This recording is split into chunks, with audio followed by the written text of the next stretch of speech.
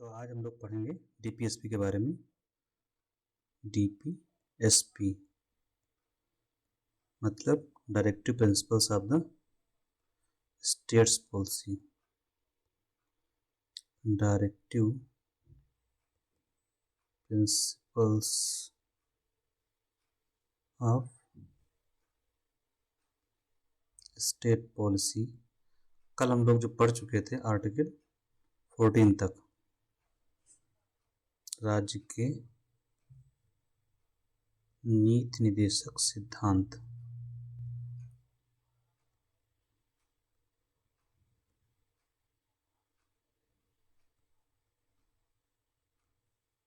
ठीक है, हम लोग कल अनुच्छेद 44 तक पढ़ चुके थे।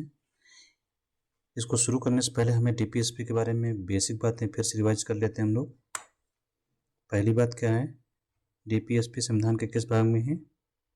संविधान का भाग 4 किसके बारे में है? ये डीपीएसपी के बारे में है। अनुच्छेद 36 से 51 तक। तीसरा, ये प्रवर्तनीय है। प्रवर्तनीय मतलब इन्फोर्सिबल। इन्फोर्सिबल है तो नहीं। मूल अधिकार जैसे हम लोग पढ़ते हैं तो मूल अधिकार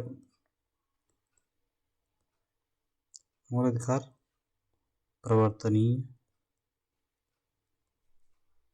है कि नहीं? तो यस है। प्रवर्तनीय का मतलब सिर्फ इतना होता है कि लागू करवाने के लिए कोर्ट जा सकते हैं कि नहीं जा सकते। लागू करवाने के लिए कोर्ट मतलब न्यायालय, उच्च न्यायालय जा सकते हैं। प्रवर्तनीय मतलब जा सकते हैं या नहीं जा सकते हैं। तो प्रवर्तनीय है कि नहीं? प्रवर्तनीय है। ठीक है, मूल अधिकार और डीपीएसपी नहीं है।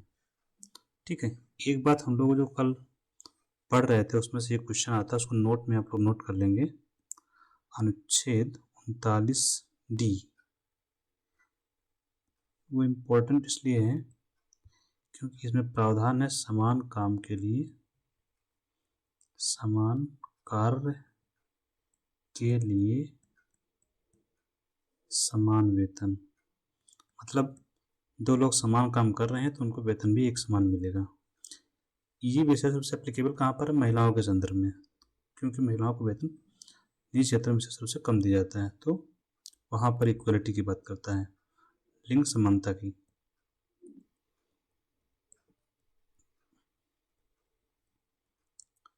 बाकी जगहों पर भी एप्लीकेबल है समान रूप से। ये क्वेश्चन एग्जाम में आता जरूर है, लगभग कई जगहों पर आपको मिलेगा। ठीक है, हम लोग 44 तक पढ़ चुके थे, अब हम लोग शुरू करते हैं उसके आगे। तो हमारा अगला आर्टिकल है अनुच्छेद 45। पहली बात इसके बारे में क्या है, यह जोड़ा गया है 86वें संशोधन के द्वारा। 86वें संशोधन जब मैं बोलता हूं तो संविधान संशोधन है। 86वें संविधान संशोधन द्वारा जोड़ा गया।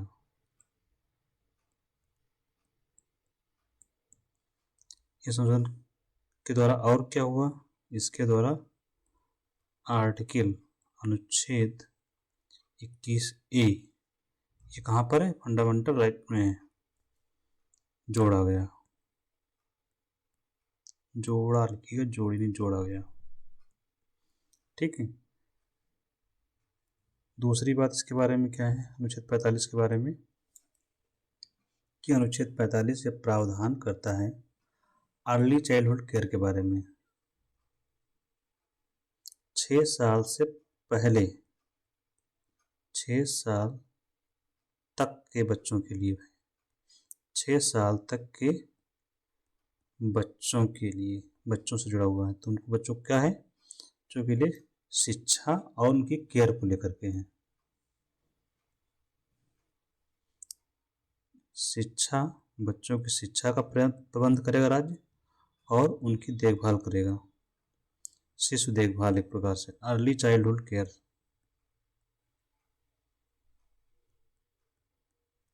इंग्लिश में अर्ली चाइल्डहुड केयर का प्रावधान इसमें किया गया है। अब देखिए 6 साल तक के बच्चों का प्रावधान यहाँ पर किया गया है और 6 से 14 तक के बच्चों का प्रावधान किया गया है कहाँ? अनुच्छेद 21, 6 से 14, 21A में पढ़ाई के लिए। यहाँ पर 21A में किस चीज़ का प्रावधान है? शिक्षा का अधिकार दिया गया है, शिक्षा का अधिकार।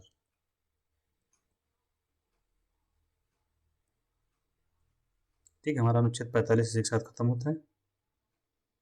अगला आर्टिकल कौन सा है हमारा? अनुच्छेद हमारा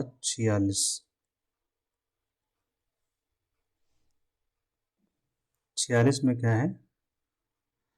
ये सोशियो एंड इकोनॉमिक जो बैकवर्ड क्लास है, सामाजिक आर्थिक रूप से पिछड़े हुए वर्ग के लिए जुड़ा हुआ है। किससे जुड़ा हुआ है? Schedule caste, SC, ST and other weaker section of the society, other weaker section of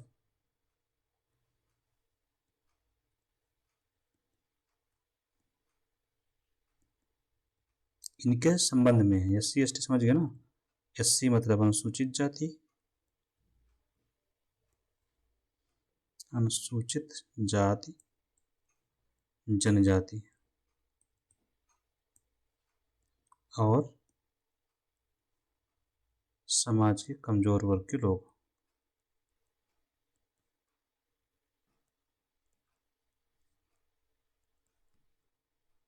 इनसे जुड़ा हुआ है। तो बेसिकली समाज के कमजोर वर्ग के लोगों से जुड़ा हुआ अनुच्छेद है, जिसमें ये प्रावधान क्या करता है? प्रावधान इसमें ये है कि इनके जो एजुकेशनल और इकोनॉमिक इंटरेस्ट हैं, एजुकेशनल और इकोनॉमिक मतलब शैक्षणिक और आर्थिक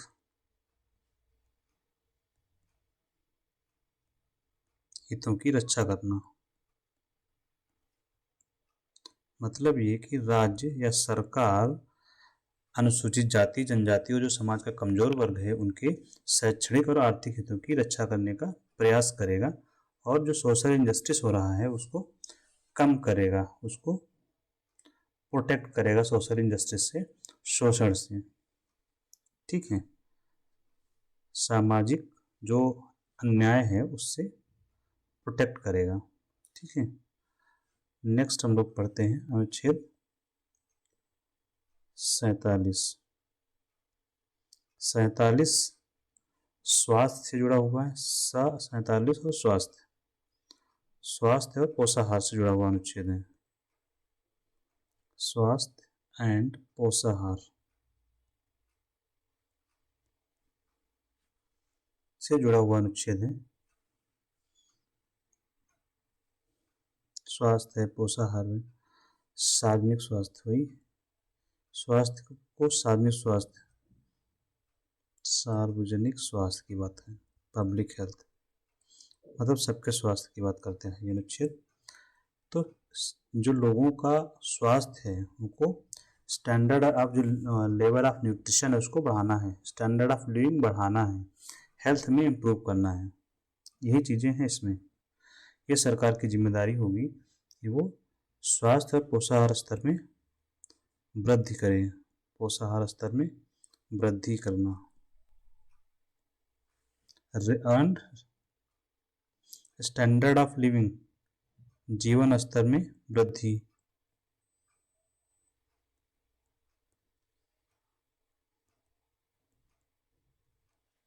स्टैंडर्ड ऑफ लिविंग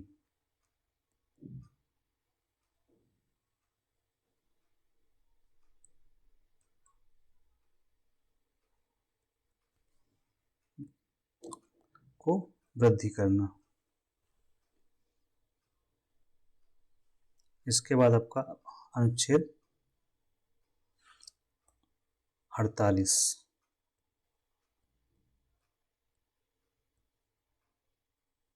तो अनुच्छेद 48 में क्या है, कृषि और पशुपालन संगठन के बारे में। आपको मिलाने के लिए आता है तो आप लोग इतना ही लिखिए, कृषि एवं पशुपालन संगठन से जुड़ा है।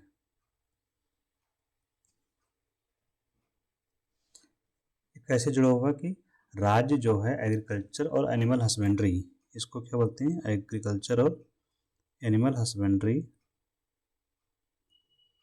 एग्रीकल्चर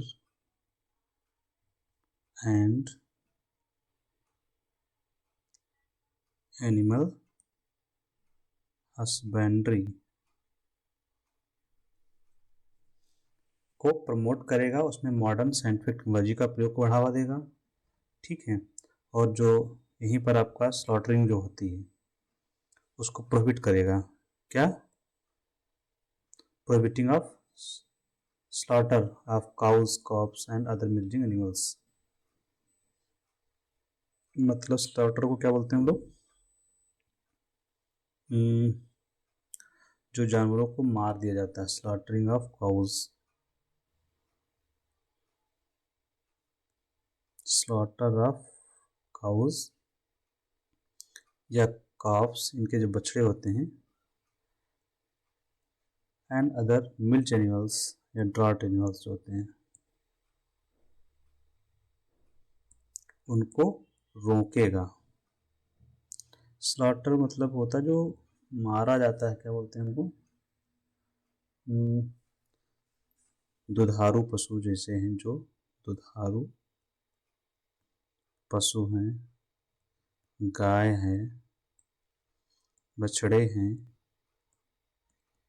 इनको क्या करना है, इनको मारना नहीं है, स्लॉटरिंग, मारना नहीं है।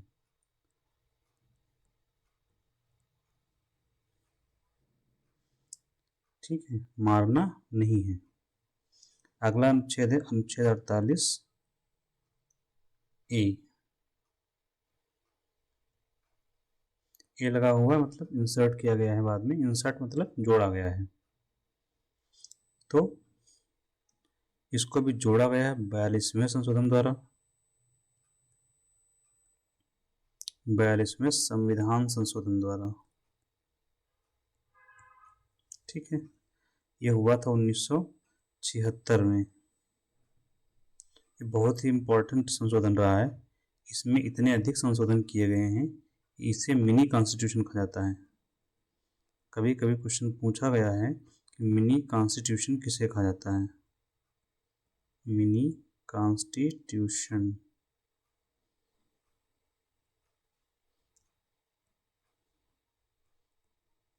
किस संशोधन को कहा जाता है, तो आप बताएंगे 42वें संशोधन को। मिनी कॉन्स्टिट्यूशन मतलब संक्षिप्त संविधान, छोटा संविधान, मिनी का मतलब छोटा या संक्षिप्त होता है, तो उसी हिसाब से आप लोग समझ लीजिएगा हिंदी में, ठीक है। या लघु संविधान,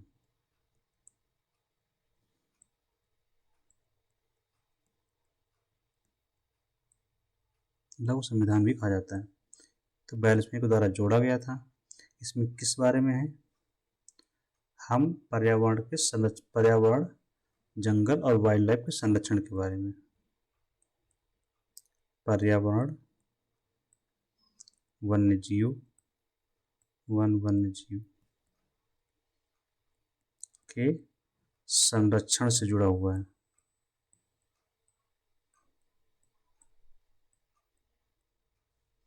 संरक्षण से संबंधित है, ठीक है। नेक्स्ट, अब हम लोग नेक्स्ट पढ़ते हैं अनुच्छेद 49। 49 है आपका, ये जो मॉन्यूमेंट्स होते हैं, क्या होते हैं, मॉन्यूमेंट्स जो राष्ट्रीय स्मारक हैं,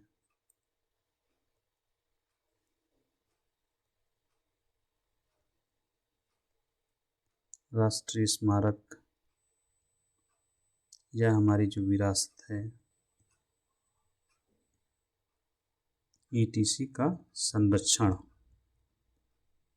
विरासत में क्या है आपका, जो लाल किला है, ताजमहल है, हमारी कल्चर है, मेले हैं, जो भी हैं, इन सबको संरक्षण करने का प्रयास करेगा राज्य, जो कि राष्ट्रीय महत्व है। राष्ट्रीय स्मारक, जो राष्ट्रीय महत्व के स्मारक है उनको संरक्षण करेगा। अगला है अनुच्छेद 50, जो कि बहुत जरूरी है। अनुच्छेद 50 किससे जुड़ा हुआ है? इंग्लिश में बोलते हैं इसको सेपरेशन ऑफ जुडिशरी।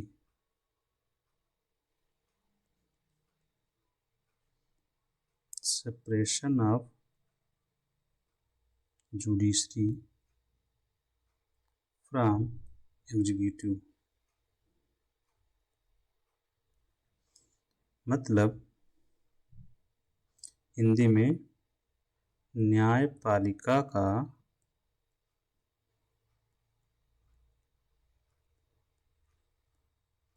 कार्यपालिका से पृथक्करण।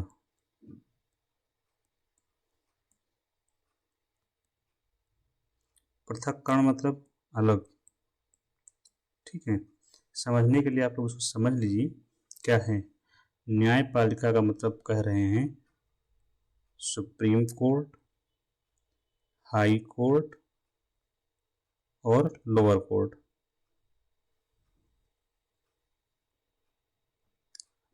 सुप्रीम कोर्ट आप लोग जानते हैं कहाँ है? दिल्ली में। हाई कोर्ट हर राज्य में होता है। यूपी में कहाँ है?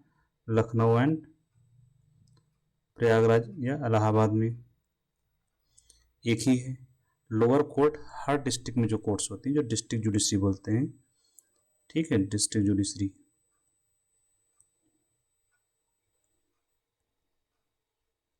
इन्हीं को न्यायपालिका माना जाता है। ये इंटीग्रेटेड न्यायपालिका है हमारे यहाँ। ठीक है, एकीकृत न्यायपालिका है। ये हो गई न्यायपालिका। इसको किससे अलग करना है? कार्यपालिका से। कार्यपालिका क्या होती है आप लोग ये जान लीजिए। कार्यपालिका से तात्पर्य है आपका सरकार। जो आप लोग समझते हैं सरकार, हम उसकी बात कर रहे हैं।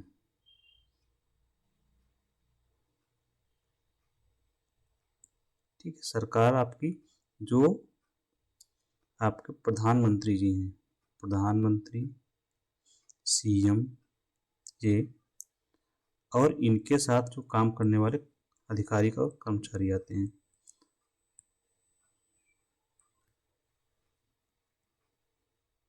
जो लोग इनके निर्देश पर काम करते हैं वो सारे कार्यपालिका का हिस्सा हैं। ठीक है, PM, CM, मंत्री सब ये कार्यपालिका होते हैं, क्योंकि कार्य करते हैं। सरकार के जो अंग होते हैं, यहाँ पर सरकार लिखना ठीक नहीं, लेकिन सरकार आपको जिसको समझते हैं हम उसकी बात कर रहे हैं। आप ना ही समझिए इसको कार्यपालिका PM और CM समझिए, क्योंकि पॉलिटी आप लोग पढ़ रहे हैं तो हम सरकार आपको बता देते हैं सरकार का मतलब क्या होता है। सरकार आप लोग समझ लीजिए, तभी आप आगे बढ़ पाएंगे यहाँ पे।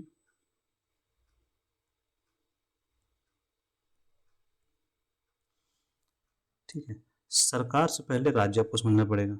अगर समझना चाहते हैं तभी आप समझ पाएंगे। तो पहले आप राज्य समझिए। ठीक है, राज्य का इंग्लिश होता है स्टेट। यहाँ पर स्टेट हम जिस संदर्भ में यूज कर रहे हैं वो आपका, जैसे कि उत्तर प्रदेश एक राज्य है, यूपी स्टेट है। हम ये स्टेट शब्द नहीं है हमारा, स्पेलिंग सेम है लेकिन उसकी हम बात नहीं कर रहे हैं। ये यूपी बेसिकली क्या है? प्रांत है। क्या है? प्रांत है। ठीक है, और जिस स्टेट की बात हम कर रहे हैं वो स्टेट है हमारा भारत। भारत एक राज्य, जैसे कि संयुक्त राज्य अमेरिका एक राज्य है। जब आप पॉलिटी पढ़ रहे हैं तो कैसे राज्य होने के लिए क्या चाहिए आपको? राज्य होने के लिए शर्त है, राज्य होने की 4 शर्तें हैं। ये 4 कंपोनेंट होने चाहिए। 4 शर्तें कौन सी?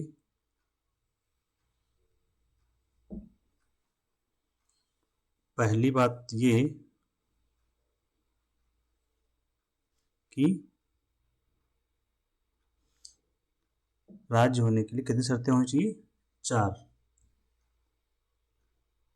पहली शर्त ये है कि राज्य शासन कहाँ करेगा, मतलब राज्य शासन कहाँ करेगा, तो उसके लिए क्या चाहिए? जमीन चाहिए। जैसे भारत, तो जमीन तो चाहिए, तो पहले भूमि होना चाहिए। जमीन को हम लोग भूमि बोलते हैं ना, लैंड।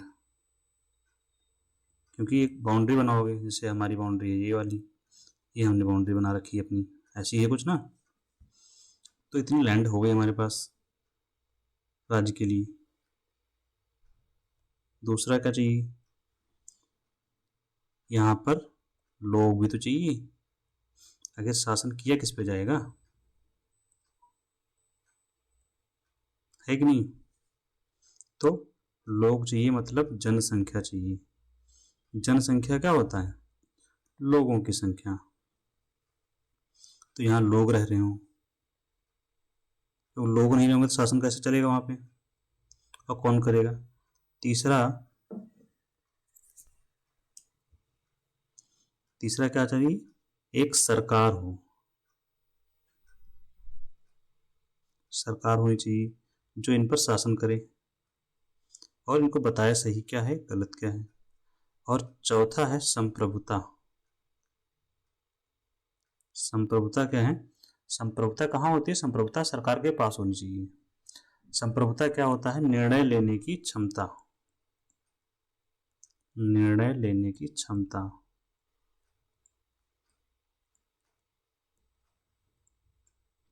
और स्वतंत्रता, निर्णय लेने में स्वतंत्र हो, जो भी निर्णय वो चाहे, जो देश हित में हो। तो ये 4 शर्तें या 4 फैक्टर्स होने चाहिए एक राज्य में। अब यहाँ आया सरकार, तो सरकार राज्य का एक फैक्टर है, ठीक है। इस सरकार में क्या शामिल होता है? इस सरकार में आपके कार्यपालिका,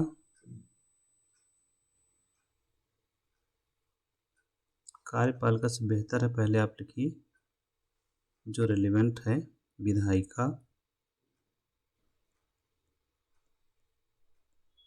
फिर विधायिका से बनती है ना भारत में कार्यपालिका, विधायिका, फिर बनती है आपकी कार्यपालिका, और ये होती है न्यायपालिका तीसरी।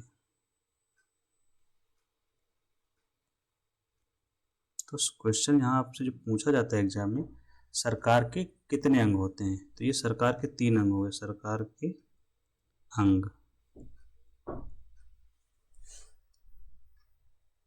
तो सरकार के 3 होंगे, विधायिका, कार्यपालिका और न्यायपालिका। अभी आप लोगों को नाम समझ में नहीं आ रहा होगा कि विधायिका होता क्या है। तो ये विधायिका क्या होता है? आप लोग जब चुनाव करते हैं, चुनाव होता है ना, इसमें भी हो ही रहा होगा, तो अब उसी को देखिए। तो विधायिका क्या है?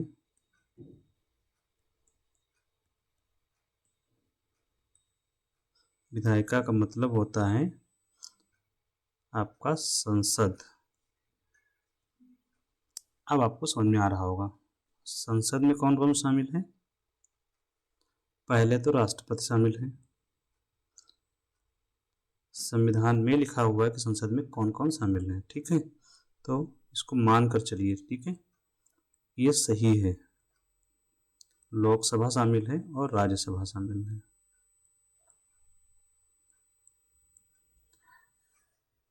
ठीक है।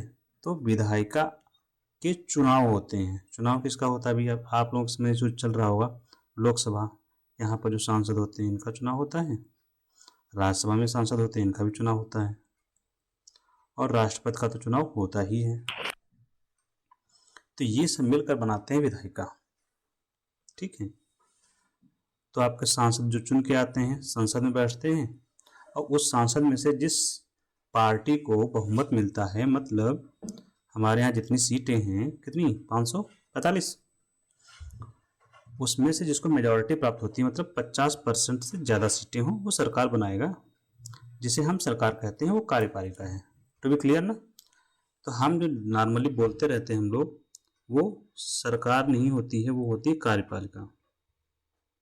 तो सरकार का मतलब होता है सरकार के तीनों अंग। अब सरकार के जो तीनों अंग हमने पढ़े, विधायिका, कार्यपालिका, न्यायपालिका। तो विधायिका क्या काम करती है? विधायिका बनाती है कानून या विधान। विधायिका कानून या विधान बनाती है। कार्यपालिका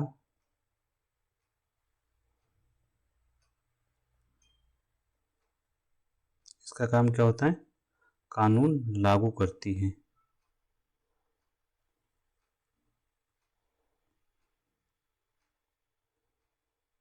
और न्यायपालिका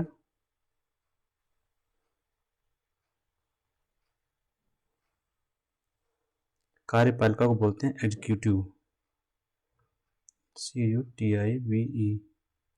और विधायिका को लेजिस्लेचर। न्यायपालिका जुडिशरी, JUDICIARY। जुडिशरी क्या करती है? न्याय करती है।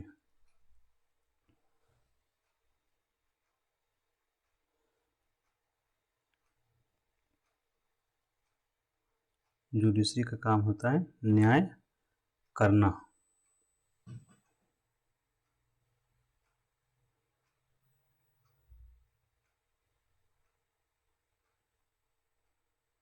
न्याय करती है।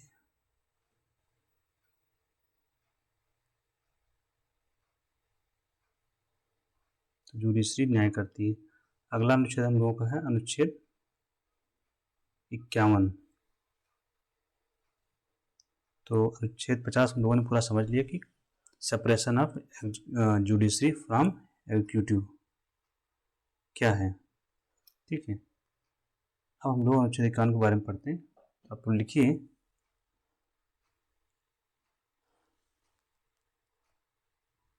अनुच्छेद 51 के बारे में।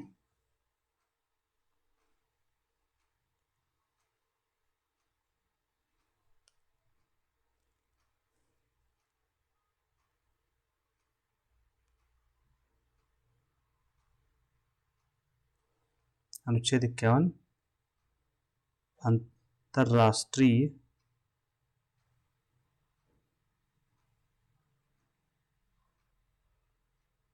अंतर्राष्ट्रीय शांति एवं सुरक्षा में वृद्धि करना। अंतर्राष्ट्रीय शांति एवं सुरक्षा में अंतर्राष्ट्रीय शांति एवं सुरक्षा में वृद्धि करना।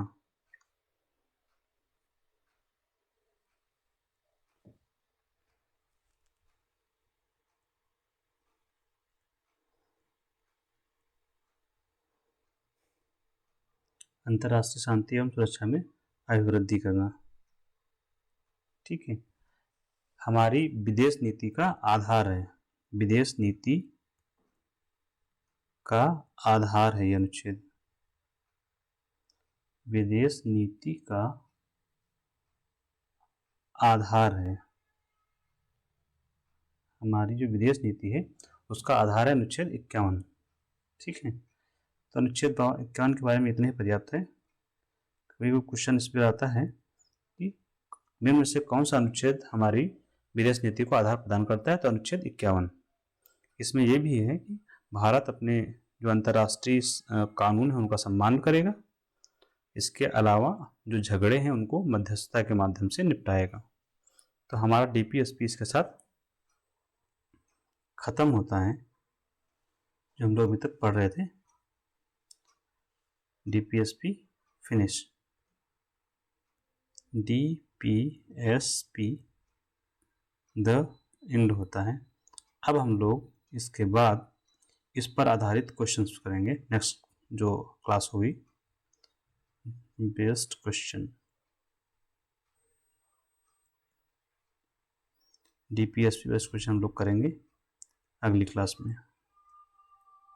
ठीक है।